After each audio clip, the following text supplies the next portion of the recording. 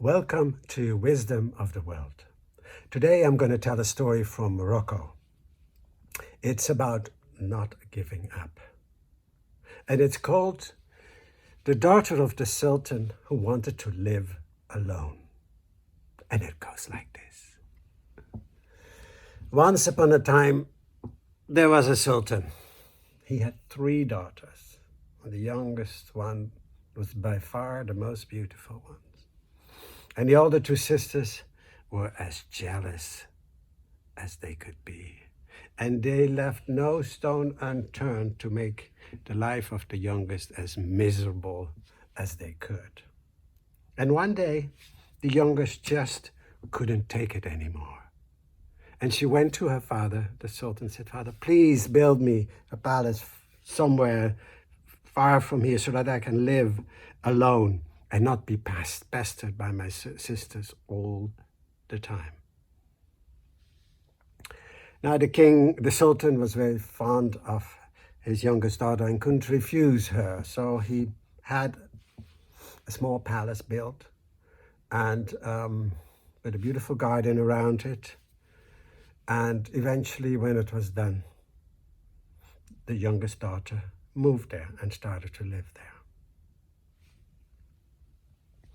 Now there was a prince from a kingdom not too far who had heard about her, and he went to look her up in the palace, and she refused to see him. She refused to see anyone. But this boy kept on asking, and she kept on refusing, and he kept on asking, and she refused again. Finally, she consented to have a visit, and after all, he was quite a good-looking guy, and he seemed nice enough. So he came and he visited, and he immediately fell in love and asked her to marry him. And she said, "Well, if you bring me," and she had a whole list of 100, all kinds of little things. "If you bring me hundreds of each of these on this list, then I'll think about it." Think about it, right? But the prince was very much in love, so he did, and he took him weeks to collect all the things on that list, and he did, and finally he went to the palace, and he left huge kinds of big suitcases full of that all that kind of stuff that she wanted. And she said, "Okay, thank you. I will marry you eventually, but first I want you not to just come through the front door. You need to build a tunnel, and so you can just secretly, quietly come in only for dinners with me." And again, the prince, okay. Sometimes you have to do a lot for your love, right? So he had this tunnel built, and every night, when it was dinner time, he drove there with his horse, tied his horse up, and went in and had dinner with the princess. Now this thing didn't go unnoticed, and her sisters heard about it, and were jealous, of course. So they asked their sister whether they could come for a visit, and their sister was naive and innocent and touched and thought that, oh, maybe they want to make up. And she forgot all the horrible things they did to her. And she said, "Yes, you're most welcome." So they came to the palace and looked around and said, "Let's go to the hammam, a steam bath." So they all went to the hammam. And just when they got there, then the 2 sisters said, "Oh, we forgot to take our towel, so please let us go to your place. We'll be right back." Went to the palace, and they looked everywhere because they wanted to find that guy. They couldn't find him, but they looked and finally found the tunnel. So they went into the tunnel, and then when they were in the tunnel, they heard a noise, and then when the noise came by, they threw stones at him, which was the prince. They threw stones at him, and they pulled him over, and then they broke the glass, and a shard of glass, a piece of glass, came into the eye of the prince, who was very bleeding profusely and very much wounded, and he retreated and he left, swearing he would never ever come again there. And the sisters went to the hammam and were nice to the little sister, and as if nothing happened. Later, the little sister goes home because she expects her boyfriend to be there. And when she sees he is not there, and not there, and not there, and she starts to look for him, she goes into the tunnel.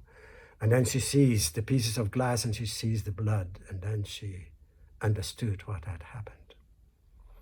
So she asked a beggar lady who was always around her house to change clothes with her, and also invited her to stay in the palace while she was gone. She was going to go look for her lover.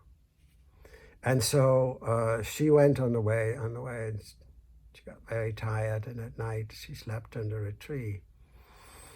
And when she was sleeping under a tree, there were two birds that came and sat upon the branch just above her head, and they were talking, and they said, "Oh, here she lays, the poor girl. Her sisters have really, hurt her boyfriend badly with glass in the eye. If only she knew that the only way to heal him is by the ashes of the burned feathers that we have." Well, the girl was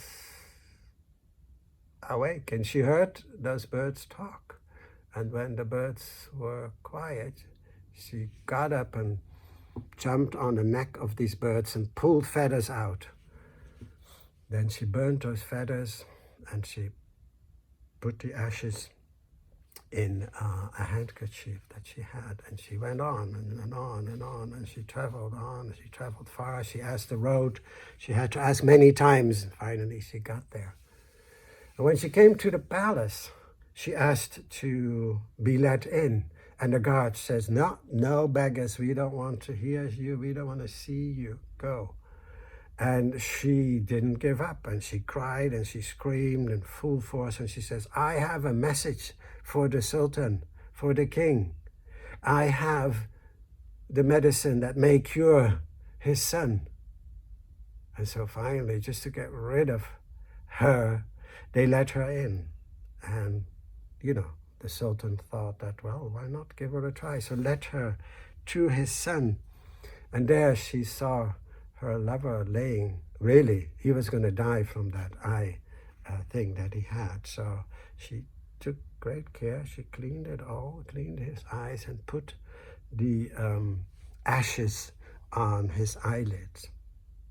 And she said to the king, "Please, make sure this medicine stays on the eyelashes as long as possible." So the king did, and he offered her a bag of gold for her services, and she refused, so she didn't want to hear of it, and she left again. And she came back to her palace and again traded places with the beggar lady. And she thought, what now? I'm not going to give up now. So she asked her cook to make a copy of her from candy, and just exactly like her. So the cook did that, and a few hours later it was ready, and it looked just like her. So she put that copy of her in her bed, and with the sheets up to her head. In the meantime, the prince woke up, and surprised that he could look, and his eyes didn't hurt, and he could see as good as before. And he asked his father, and his father told all about this beggar lady, and he wanted to thank her. And the father said, "No, she left already. She wouldn't take any money." And the guy said, okay, well, I need to go back to that palace, because that lady I have been seeing really has been, she's the one who attacked me and hurt me. So he went back to the palace of that lady, and got into the tunnel as usual, and then went to the bedroom and saw her asleep, so he thought. And he was furious, he was angry with her.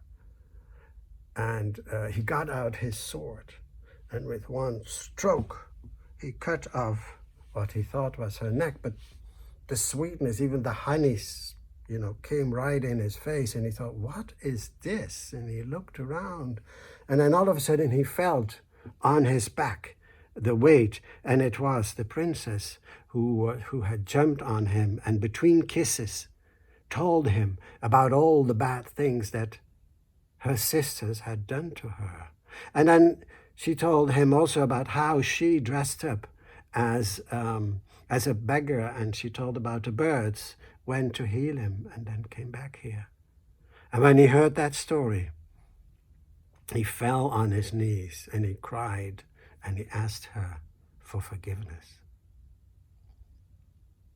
And then she hugged him and kissed him, and they never stopped kissing.